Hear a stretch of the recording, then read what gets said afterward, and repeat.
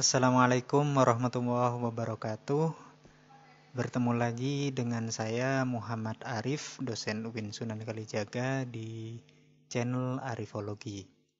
Kali ini saya akan membahas tentang filsafat Al-Kindi, bapak filsafat Islam, terutama 3 ajaran filsafatnya yang paling pokok. Sebelum masuk kepada pembahasan 3 pemikiran filsafatnya, kita tentu perlu tahu lebih dahulu siapa itu Al-Kindi. Al-Kindi nama lengkapnya adalah Abu Yusuf Ya'qub bin Ishaq Al-Kindi. Beliau filsuf kelahiran 801 Masehi di Kufah, Irak. Beliau dikenal sebagai bapak filsafat Islam. Mengapa? Karena beliau adalah filsuf yang pertama kali tercatat dalam tradisi filsafat Islam. Dia adalah filsuf pertama dalam tradisi sejarah Islam. Memang sebelum Al-Kindi, sebenarnya filsafat ini sudah banyak dipelajari. Filsafat itu sudah diterjemahkan dalam tradisi Islam. Bahkan Mu'tazilah itu dikatakan sudah menggunakan filsafat di dalam pemikiran teologisnya. Tetapi Mu'tazilah itu berakhir kepada teologi daripada filsafat, sehingga Al-Kindi lebih layak disebut sebagai filsuf pertama. Karena Al-Kindi adalah orang yang pertama menuliskan secara sistematis filsafat Yunani dan mengkontekstualisasikannya dalam tradisi Islam. Dan ini berbeda dengan tradisi Mu'tazilah yang berujungnya kepada teologi, sementara Al-Kindi di sini berujungnya dalam filsafatnya itu berujungnya kepada filsafat, sehingga dia layak disebut sebagai filsuf pertama dalam tradisi Islam atau bapak filsafat Islam. Lalu apa saja pokok ajaran filsafat dari Al-Kindi ini?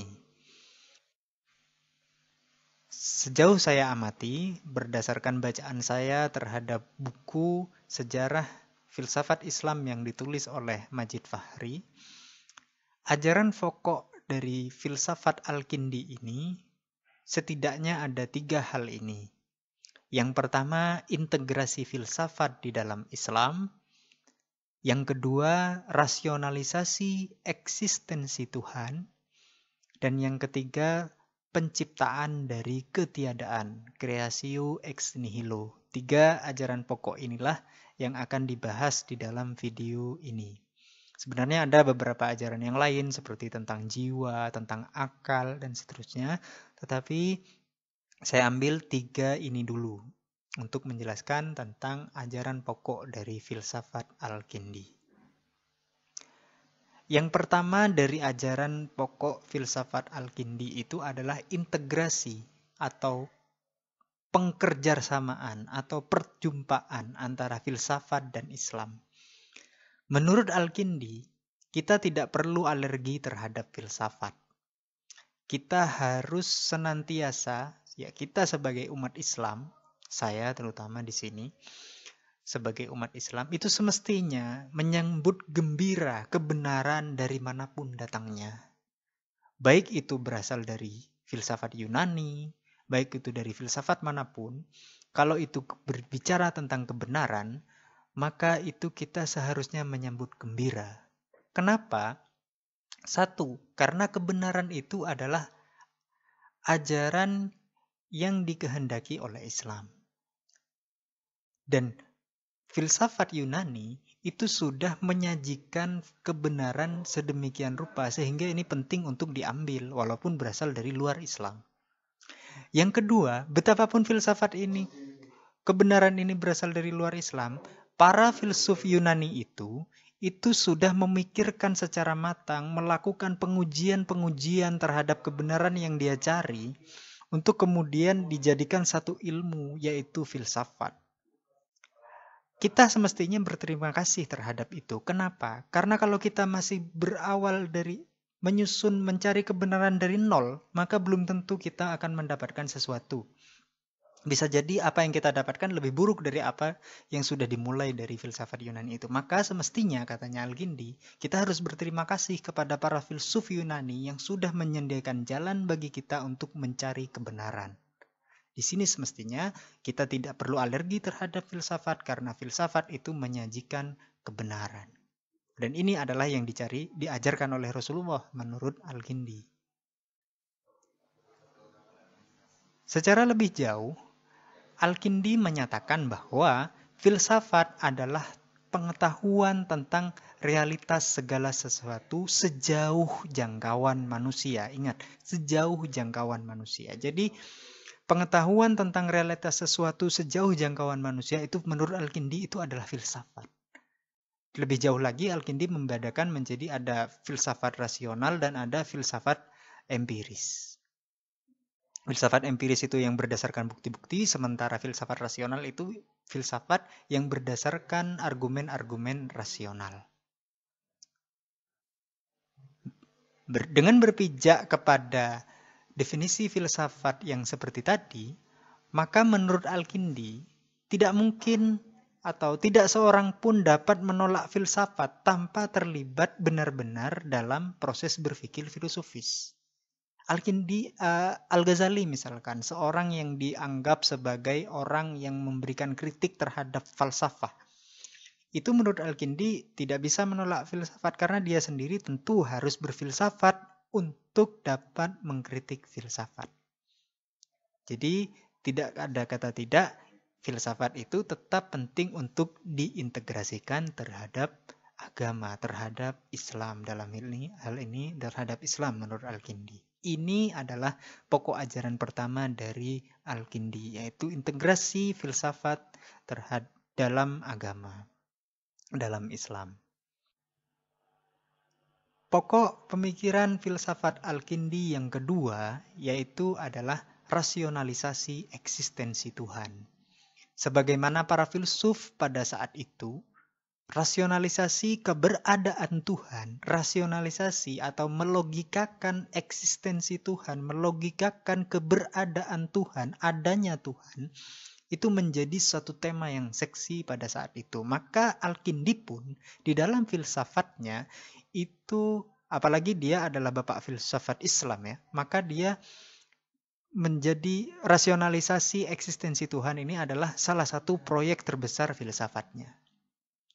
Di sini dalam menjelaskan rasionalisasi keberadaan Tuhan, Al-Kindi sering menyebut istilah Tuhan dengan Al-Bari atau Sang Pencipta. Atau juga dia kadang-kadang menyebut sebagai Al-Ilahul Ula, sebab yang pertama. Seperti Aristoteles, Al-Kindi meyakini bahwa segala sesuatu di dunia ini itu berjalan sebagaimana sebab akibat, ada sebab, ada akibat, dan seterusnya. Dan di dalam proses sebab akibat yang sangat panjang itu, tentu harus ada sebab yang terakhir atau sebab yang pertama. Sebab yang pertama kali menjadi sebab. Di sini kemudian Al-Kindi menyebut sebab yang pertama itu adalah Tuhan atau Allah. Sebagai sebab pertama, maka kata Al-Kindi, ia tidak dapat dibayangkan tidak ada. Jadi karena dia sebab pertama, karena sebab-sebab yang awal-awal tadi, sebab yang tampak dalam keseharian kita itu tidak bisa dielakkan, apalagi yang sebab pertama. Sebab pertama itu tidak bisa dibayangkan untuk tidak ada. Karena dia sebab pertama, maka juga tidak bisa dibayangkan bahwa sebab yang pertama ini mempunyai sebab yang sebelumnya. Dia ada dengan sendirinya. Maka inilah salah satu bukti Al-Kindi untuk membuktikan bahwa Tuhan itu eksis, Tuhan itu ada. Al-Kindi juga meyakini bahwa yang menyebabkan dibanding yang disebabkan, antara sebab dan penyebab itu biasanya dalam hierarkinya itu lebih utama atau lebih tinggi derajatnya yang penyebab. Karena Tuhan ini adalah sebab pertama, maka dia adalah yang tertinggi. Hierarkinya itu tertinggi. Dia yang paling mulia di antara sebab-sebab itu. Maka dia adalah sebab pertama, ini adalah yang paling mulia. Tuhan itu adalah sebab pertama yang tidak mungkin dibayangkan tidak ada dan tidak mungkin dibayangkan dia mempunyai penyebab. Begitu. Ini bukti keberadaan Tuhan menurut Al-Kindi. Pendapat Al-Kindi ini tentang sebab yang pertama ini sebenarnya sangat Aristotelian. Dia sangat terinspirasi oleh Aristoteles daripada Neoplatonis.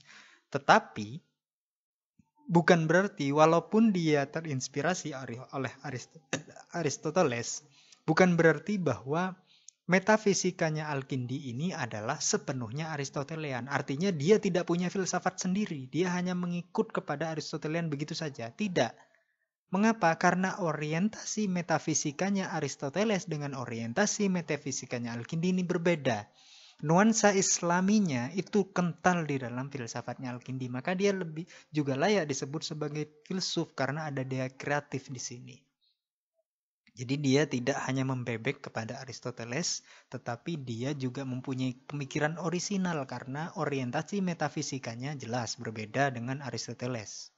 Orientasinya Islami sementara Aristoteles tidak. Orientasinya kepada teologis sementara Aristoteles tidak. Prinsip pokok ajaran atau ajaran pokok Al-Kindi yang berikutnya, yang terakhir dalam video ini, itu adalah penciptaan dari ketiadaan, creatio ex nihilo. Dasar dari prinsip ini, dalam memberikan dasar terhadap prinsip penciptaan dari ketiadaan ini, Al-Kindi pertama-tama meyakini bahwa alam semesta itu terbatas. Alam semesta itu terbatas, sehingga gerak, waktu, dunia, semuanya ini terbatas. Nah, karena terbatas, kenapa terbatas? Karena semuanya ini adalah ciptaan. Karena dunia ini tidak mungkin dibayangkan tak terbatas, alam semesta ini tidak mungkin dibayangkan tak terbatas, maka karena dia terbatas, maka dia harus ditimbulkan muhdas dari keniscayaan atau dari sesuatu yang tak terbatas, yaitu Tuhan. Yang ditimbulkan, adapun yang ditimbulkan ini ditimbulkan oleh sesuatu yang menimbulkan. Jadi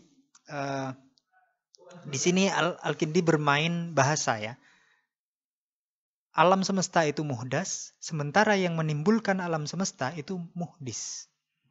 Karena yang menimbulkan dan yang ditimbulkan ini merupakan term-term yang koleratif. Jadi Al-Kindi di sini bermain bahasa antara muhdas dan muhdis itu mempunyai relasi seperti itu. Sehingga penimbulan sesuatu yang tak terbatas itu, tentu karena yang menimbulkan itu tak terbatas, yang ditimbulkan itu terbatas, maka sesuatu yang ditimbulkan itu haruslah ditimbulkan dari ketiadaan.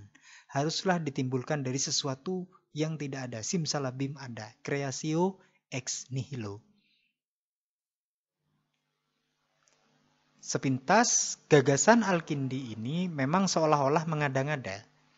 Tetapi ini penting sekali pada saat itu untuk membuktikan kemungkinan penciptaan dari ketiadaan. Argumen Al-Kindi ini pada masanya itu argumen yang sangat rasional dan ini bisa menghentikan atau bisa menjawab pertanyaan-pertanyaan kalangan rasionalis yang kalangan-kalangan filsuf pada saat itu yang mempertanyakan bagaimana sesuatu itu muncul penciptaan dari tiada menjadi ada. Gagasan Al-Kindi ini walaupun terkesan mengada-ngada, tapi pada saat itu menjadi penting sekali untuk membuktikan kemungkinan penciptaan dari ketiadaan. Jadi begitu konteks saat itu ini sudah sangat rasional untuk saat itu. Demikian kira-kira apa yang bisa saya sampaikan di channel Arifologi ini tentang filsafat Al-Kindi, terutama titik 3 pemikiran pokoknya. Terima kasih. Assalamualaikum warahmatullahi wabarakatuh.